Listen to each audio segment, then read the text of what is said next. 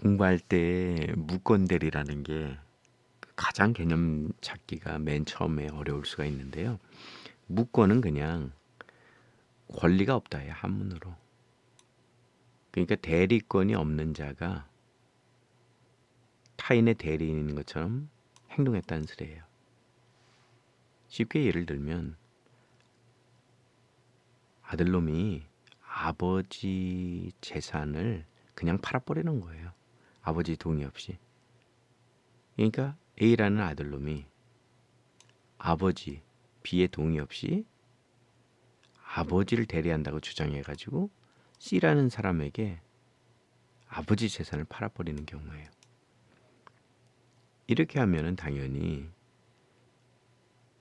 아들놈이 아버지를 이제 아버지가 판다라고 해서 이거를 한 거잖아요. 그러니까 이건 원칙적으로 대리권을 받은 게 아니니까 무효예요.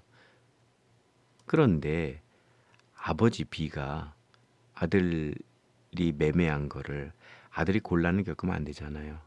감옥에 간다든지 아니면 어떤 좋지 않은 일이 있게 되면. 그래서 그냥 에이 그냥 팔어. 이렇게 되면 추인이라고 하고요. 그 추인되면 계약이 유효하게 되는 거예요. 그런데 B인 아버지가 추인을 안 해. 그러면 상대방 C는 어쩔 수가 없이 그걸 팔아먹은 아들 A에게 손해배상 청구할 수 있는 거죠. 이게 무권 대리의 이제 기본 개념이에요. 대리권이 없는 자가 타인의 대리 있는 것처럼 행동하는 거죠. 그 다음에 개념은 표현 대리예요.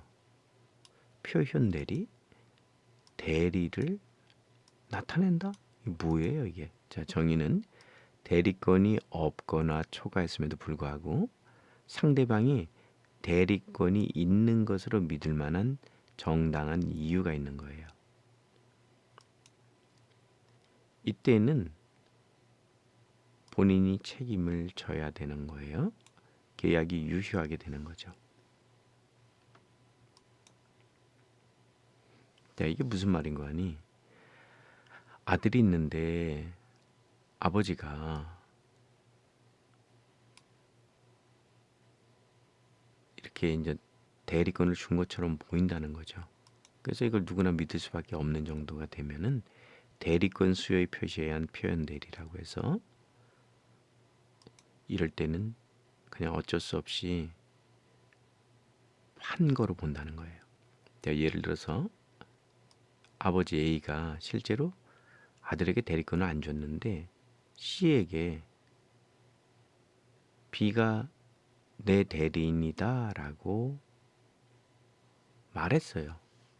그러면 당연히 내 대신 아들이 이렇게 얘기했으면 당연히 아들이 팔아도 아버지가 판 것처럼 본다는 거죠. 그 다음은 표현이 넘은 표현 대리인데요. 대리인이 자신의 권한을 넘었지만 상대방이 그 권한을 오인할 만한 사정이 있는 경우 그때에는 또 이거는 대리권이 초과됐어도 책임을 져야 되는 거예요. 예를 볼까요? B에게 물건 매각 권한을 주었지만 B가 담보 제공까지 하여 계약을 체결한 경우예요.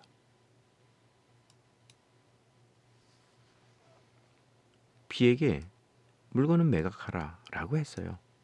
그런데 B가 오버 떨어서 소위 자신의 권한을 대리권을 초과해서 담보 제공까지 해가지고 계약을 했다는 말이죠. 이런 경우에 상대방이 대리권이 있는 것으로 믿을 만하다라고 했을 경우에는 본인이 책임을 져야 되는 거예요. 계약이 유효하다는 거죠. 자, 그 다음에 세 번째, 대리권 소멸 후의 표현 대리인데요. 대리권이 소멸되었지만 상대방이 이를 몰라요. A가 B에게 대리권을 줬다가 철회했지만 C가 이를 알지 못하는 경우죠. 그러니까 사장인 A가 B 과장에게 대리권을 줬어요. 그런데 B가 가정에서 잘리든지 아니면 회사에서 나갔어요. 그럼 당연히 C는 이걸 모르죠. 근데 B가 회사에서 그만뒀는데 C에게 가서 어떤 짓거리를 했다. 그러면 당연히 C 입장에서는 B가 회사에서 잘렸는지 회사에서 나갔는지 알 수 없잖아요. A가 알려주지 않으면. 이럴 경우에는 대리권이 소멸됐지만 C가 알지 못해서 계약을 했다. 그러면 A가 책임을 져야 되는 거예요.